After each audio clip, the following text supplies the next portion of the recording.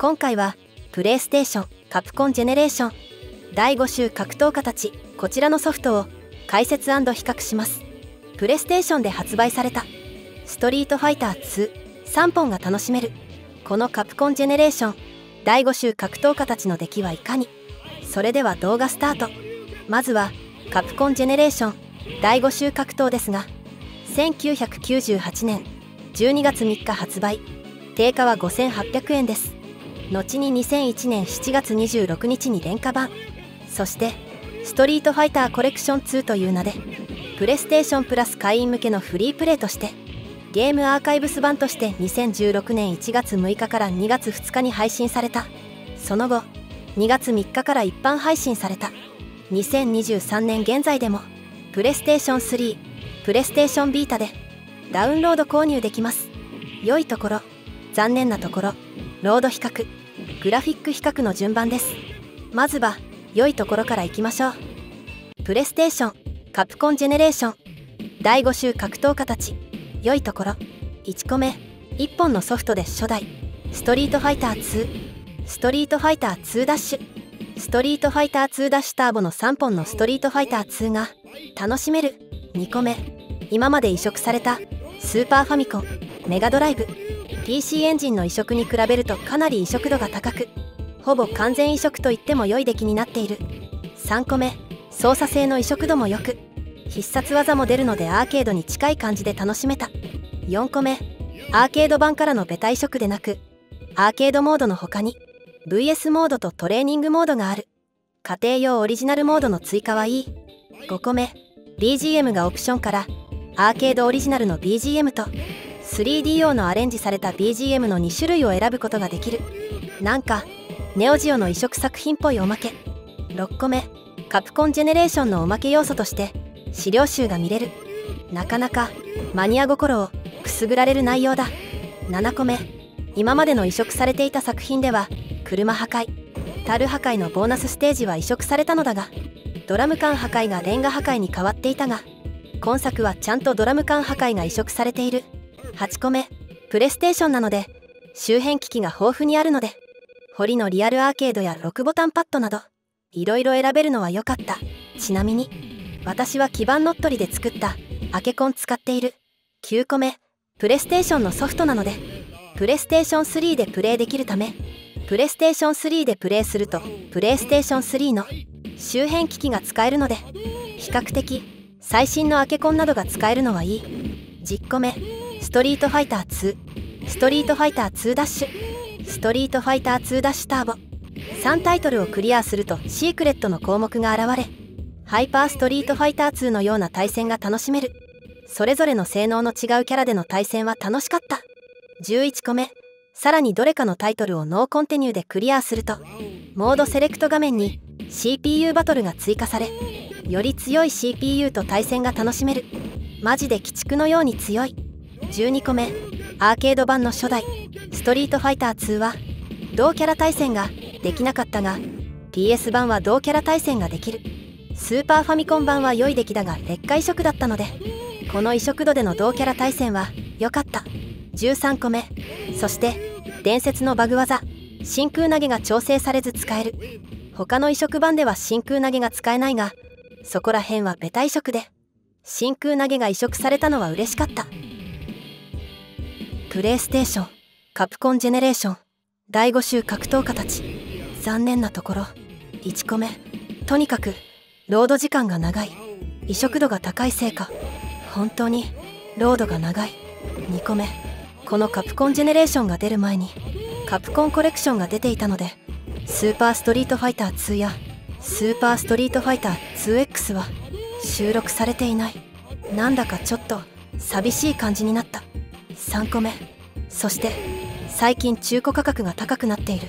こないだまで1000円ぐらいで購入できたのに、最近はディスクのみでも2000円ぐらいになっている。セガサターン版なんか6000円に高騰している。4個目、さらに書店で売られていた廉価版はレアすぎるのかめったに見ることがない。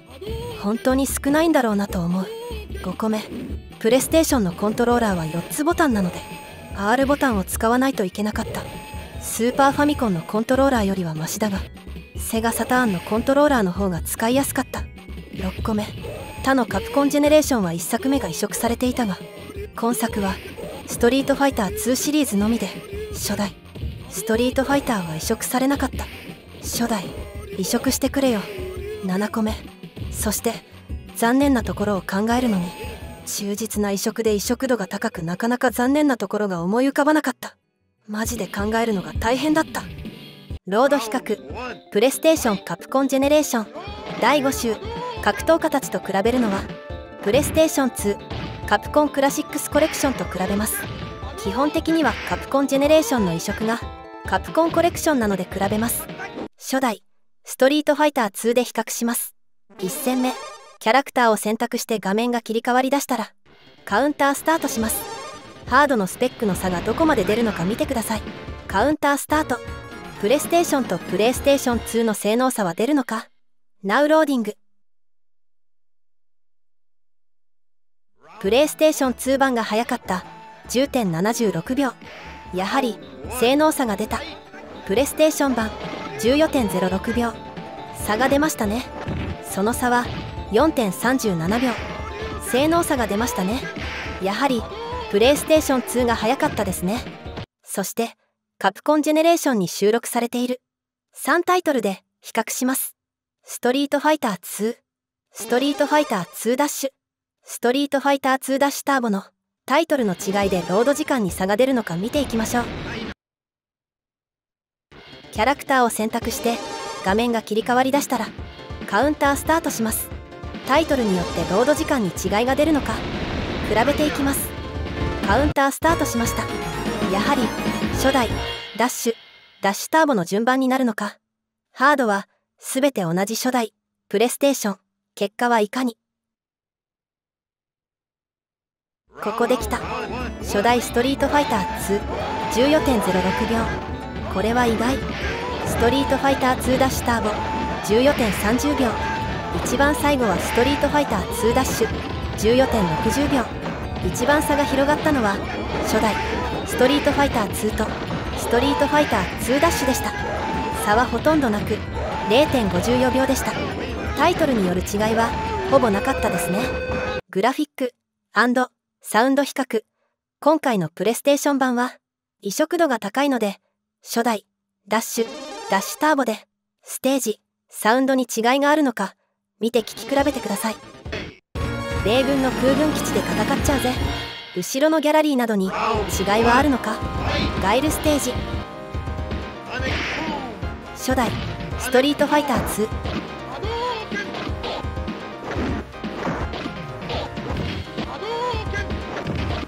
ストリートファイター2ダッシュ、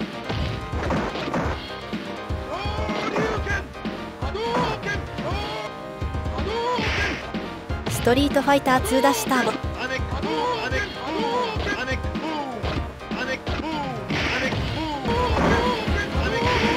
同時比較。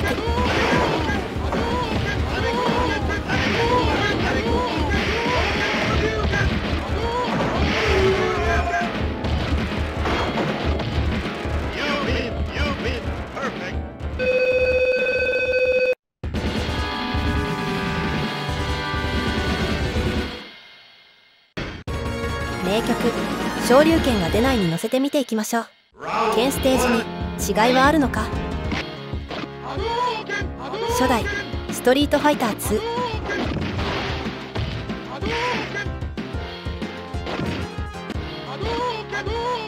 ストリートファイター2ダッシュ、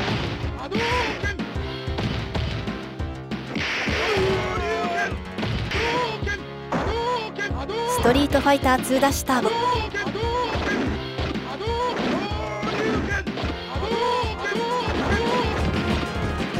同時比較。